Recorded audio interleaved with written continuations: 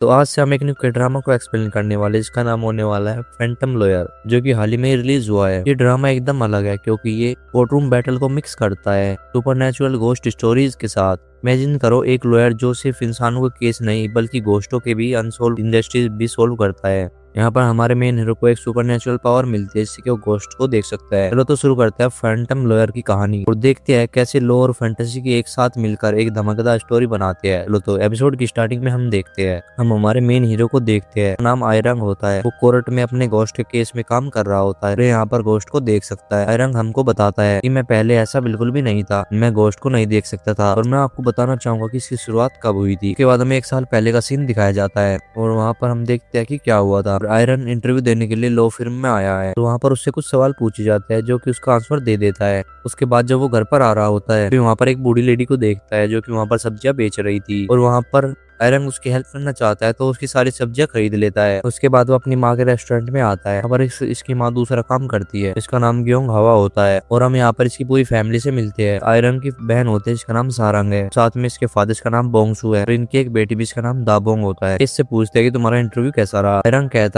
कहता है कि मुझे लगता है मैं पास हो जाऊंगा और इस सुनने के बाद वो काफी ज्यादा हैप्पी हो जाते हैं। यूनहाओ अनाउंसमेंट करती है, वही कस्टमर्स को बताती है आज का खाना फ्री है। लेकिन तब आयरन के फोन में लो फिल्म का मैसेज आता है कि आप हमको ज्वाइन नहीं कर सकते। आयरन अपनी ये बात फैमिली को नहीं बताता। अगले सिनेमा में एक लो फिल्म में चलते हैं जहाँ पर कि हम हमारी मेन फीमेल लीड को देखते हैं। नाम नायोन है, वो भी एक लॉयर है। यहाँ पर हम उसके सीईओ को भी देखते हैं, नाम दो क्यूंग होता है। तो दो क्यूंग पहले उससे केस के बारे में बात करता है, बताता है कि कई एप्लीकेंट आए हुए हैं, फिर उनका इंटरव्यू लेते हैं। अगले सीन में हम देखते हैं कि आयरन वहीं पर ही आ जाता है। नायंग इसके रेज्यूमे को देखती है, वो कहती है तुम जानते हो ना मेरे लिए तुमसे कोई भी सवाल नहीं है, तुम यहाँ से जा सकते हो, एप्लीकेंट को भेजो। बताया जाता है कि ये आखिरी था। रंग इनके सामने आता है, अपने रेज्यूमे को देखता है पर की क्रॉस का निशान लगा दिया गया था। पास्ट के सीन को याद करता है, मेरे पिता के साथ क्या हुआ था। तो भयंकर एक्सीडेंट हो जाता है पिता के फ्यूनरल के टाइम। जब वाले वहाँ पर आ गए थे तरह के सवाल पूछ रहे थे, कहते हैं कि तुम्हारे पिता ने करप्शन किया था, सभी को ये पहले से ही पता था। पर आयरन की माँ चिल्लाती है, कहती है कि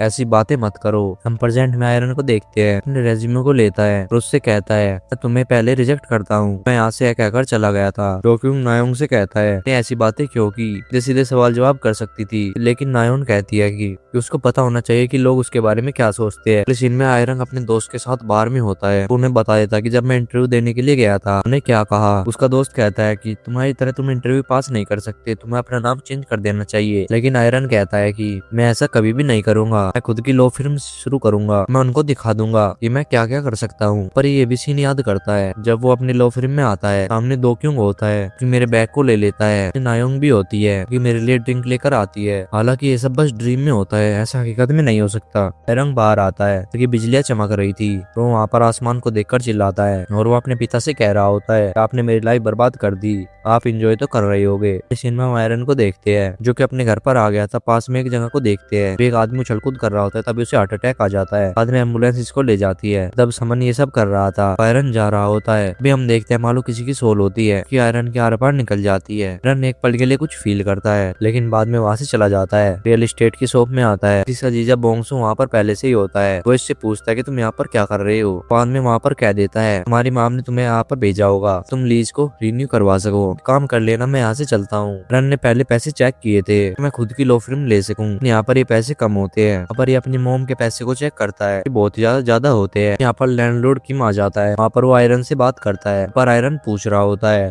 क्या आप मेरी मोम की शॉप के ओनर हो। यहाँ पर हाँ कह देता है। आयरन कहता है कि आप मुझ पर एक एहसान कर सकते हो कि मेरी माँ ने इतना पैसा डिपॉजिट किया हुआ है, इतने पैसों में एक जगह किराए पर लेना चाहता हूँ कि मैं एक अपनी लो फिल्म चालू कर सकूँ। आदमी पहले सोचता है और कह देता है, वो कह देता है कि कितने पैसे में जगह मिलेगी। आदमी एक जगह याद आती है और कह देता है कि हाँ ये पॉसिबल है। एक अपार्टमेंट में ले आता है, पर ये जगह दिखाता है। आयरन जगह को देखकर बहुत ज्यादा हैप्पी होता है, पर पूछ रहा होता है कि पहले यहाँ पर क्या होता था। पर ये चाइनीज रेस्टोरेंट की तरह दिखता है। इन फ्यूचर देखने वाले का नाम लेता है। आयरन सोचता है और कहता है तुम एआई की बात कर रहे हो। हाँ कहता है। बाद में इसको विंडो के पास ले आता है, बाहर की सीनरी दिखा रहा होता है। लेकिन तभी हम पीछे देखते हैं पर ये कवर होता है वो वैसे निकल जाता है। फिर पीछे कहीं ताबीज होते हैं। ये एक समन हाउस होता है लेकिन किम इसको नोटिस कर लेता है। आयरन को देखने से पहले वो उसको उसी जगह पर चिपका देता है। आयरन कहता है ठीक है, ये जगह पसंद आई। कॉन्ट्रैक्ट पर साइन कर देता है। इनमें यहाँ पर चेयर पर अकेला बैठा हुआ था। इसको कुछ मिलता है। गर्दन के अंदर एक अगरबत्ती होती है। आयरन इसको जला देता है और उसके धुएं को सूंघ लेता है। हम देखते हैं कि एक परछाई आ गई थी लेकिन आयरन बेहोश हो जाता है। इस सीन में जब आयरन को होश आता है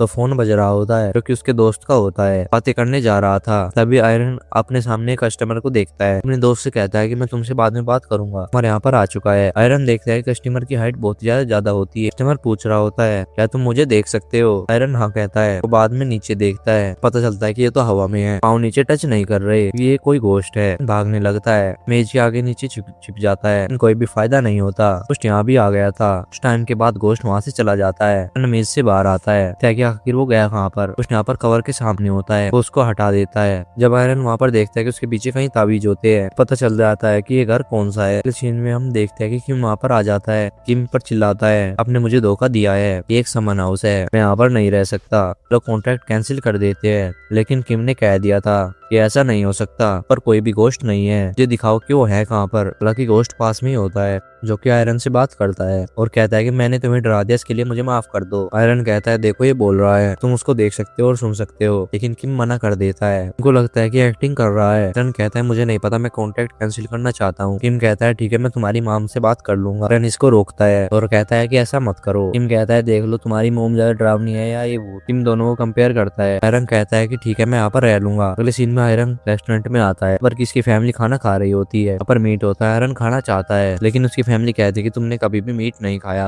अब आयरन के अंदर भी गोश्त होता है, पहले से बात कर रहा था, मीट खाने लगता है। आयरन की गालों को देखते हैं कि लाल हो गए थे। ताबोंग ये देखकर हंसती है। आयरन की माँ अपने बेटे को मारती है और कहती है कि तुम यह क्या कर रहे हो। होश में आता है गोश्त इससे बाहर आ गया था। आयरन अपने आप को देखता है और फिर बाहर थूकने के लिए चला जाता है। उस पर चिल्लाता है और कहता है मेरा पीछा करना बंद करो। आयरन सोया हुआ था, इन गोश्त पास में ही होता है, बाइबल रीड कर रहा होता है। पूछता है तुम्हें क्या चाहिए। गोश्त कहता है तुम एक लॉयर हो, जानना चाहता हूँ कि मैं हूँ कौन। चीन में चर्च में एक प्रीस्ट के पास आता है, नाम मैथ्यू होता है या फिर आप इसे सुमू भी कह सकते हो। सारी बातें बता देता है कि कैसे मैंने एक अगरबत्ती जला दी थी, धुआं निकला और मैं बेहोश हो गया और बाद में ऐसा हो गया। ताकि गोश्त आयरन के पास में ही होता है। इसके बाद में वो उसके ऑफिस में आता है, कहीं ताबीज को देखता है। आयरन उनको बता रहा होता है ताबीज जी गोश्त को यहाँ पर बुला रहे हैं। आयरन कहता है कि चलो ठीक है ये ऐसा करते हैं कि इनको जला देते हैं। क्यों कहता है ठीक है, ऐसा करने पर गोश्त नहीं आएगी। लेकिन तभी गोश्त ताबीज के सामने आता है, कहता है कि ऐसा मत करो, मैं नहीं चाहता कि मैं यहाँ से चला जाऊँ, मैं जानना चाहता हूँ। फिर कहता है तुम किससे बात कर रहे हो। आयरन बता देता है कि ये गोश्त है, नहीं जलाने के लिए कह रहा है, ये जानना चाहता है कि मैं कौन हूँ। मैं फिर कहता है ठीक है यही अच्छी बात है, अगर गोश्त को अपने बारे में पता चल जाता है उसके साथ क्या हुआ था, उसे शांति मिल जाती है, अपने आप चला जाता है। तुम्हें उसके नाम को ढूंढना चाहिए। लेकिन ये कहता है कि मैं कैसे करूंगा, अगर तुम उसकी डेट ऑफ बर्थ तो उसका नाम जान लेते हो सब कुछ याद आ जाएगा। वो कहता है चलो ये गोश्त यहाँ पर रहता है, चलो कैमरा चेक करते हैं कि इससे मिलने के लिए यहाँ पर कौन कौन आया था। मैं कैमराज को चेक करते हैं। यहाँ पर एक लेडी होती है, सिक्योरिटी गार्ड से पूछ रहे थे कि ये क्लिप कद की है। इसने बताया था कि ये तो लाइव है। आदमी यहाँ पर इससे मिलते भी है। उसने बताया था कि मेरा नाम मिंजू है, पहले तो यहाँ पर एक समन रहा करता था लेकिन अब ये ऑफिस बन गया है, ये देखकर शौक रह गई हूँ। वैसे समन है कहाँ पर। वो कहता है कि तुम पहले से जानते हो उसका हार्ट अटैक आ गया था और एम्बुलेंस वाले उसे ले गए थे, अगर तुम अपने हस्बैंड के बारे में बात करने के लिए आई थी। मिंजू कहती है कि तुम कैसे जानते हो। आयरन कहता है कि मैं एक लॉयर हूँ, मैं आपकी बात को सुनूंगा। लो बैठकर बात करते हैं। बताती है कि हमारी एक हैप्पी फैमिली थी लेकिन कुछ महीने पहले मेरे पति की सर्जरी होने वाली थी, लेकिन वहाँ पर उसकी डेथ हो गई। बेटी जीव सदमे में आ गई। 5 महीने से अपने को कमरे के अंदर लॉक किया हुआ है। उसके पास जाती हूँ, बाहर आने के लिए मनाती हूँ, वो मेरी बात नहीं सुनती। हम यहाँ पर ये सब सीन देखते भी है। समन के पास अपनी बेटी के लिए आई थी कि अपने हस्बैंड के लिए। बाद में जाने लगती है। गोश्त कहता है कि इससे पूछे इसका हस्बैंड का क्या नाम है, डेट ऑफ बर्थ भी। तो बाद में बताती है कि उसका नाम कांगपुंग था, डेट ऑफ बर्थ ये है। इसके बाद हम देखते हैं कि जो गोश्त होता है उसका नाम कांगपुंग होता है। पास्ट के कई सीन को याद करता है जहाँ पर ये तीनों साथ में हैप्पी थे और हम ये सीन भी देखते हैं कैसे इसकी सर्जरी हुई थी, उसकी वहाँ पर डेथ हो गई। अपनी वाइफ को मिस करने लगता है, उनकी बॉडी पर कब्जा कर लेता है, वाइफ को चिल्लाता है, उसके पास जाकर हक कर लेता है, उसको फिर मारती है और कहती है क्या तुम पागल हो गए हो। बाद में चली जाती है। कांगफून से पूछता है कि ये सब क्या था। गोश्त बताता है कि मुझे सब कुछ याद आ गया है, पास्ट में क्या हुआ था। यार में मेरी सर्जरी हो रही थी, डॉक्टर की वजह से मेरी डेथ हो गई। इनमें जॉन सोक भी शामिल था। सोक ने डॉक्टर से कह दिया था अपना मुंह बंद रखना, से कार्डियो अरेस्ट आ गया था, उसकी डेथ हो गई। तभी हम आयरन की माँ को देखते हैं जो कि उसके कमरे में आती है और वहाँ पर उसको वही रेज्यूमे मिलता है जिस पर क्रॉस लगा हुआ था। इसे वहाँ पर पता चल जाता है कि वहाँ पर क्या हुआ था। रात को इसी बारे में सोच रही होती है। उसके बाद उसकी माँ उसके पास आती है और वो अल्कोहल पी रहा था। उसकी माँ कहती है कि मैं भी अल्कोहल पीऊंगी और फिर उसे कहती है कि तुम अपनी अलग से लोफिन क्यों स्टार्ट नहीं करते, मेरे पास सेविंग भी है। देखकर आती हूँ और ये अपनी माँ को रोक लेता है। ये पहले से डिपॉजिट यूज कर चुका है। उसकी माँ कहती है तुम पहले से ही जानते हो कि जो तुम कुछ भी करोगे तो मैं तुम्हारे हमेशा सपोर्ट करूंगी, तुम पीछे मत हटना। उसके बाद उस गोश्त की वाइफ मतलब की मिंजू उसी लोफिन में आई होती है और अपने लॉयर के भी साथ में लाई होती है। उसका लॉयर कहता है केस लड़ने का कोई भी फायदा नहीं है, इसमें तुम्हारा घर भी जा सकता है, नहीं मानो तुम पैसा ले लो और केस को रफा दफा कर दो। मिंजू इनकी बातों में आ जाती है, साइन करने जा रही थी लेकिन अभी हम देखते हैं वहाँ पर आयरन आता है और ऐसा नहीं करने देता।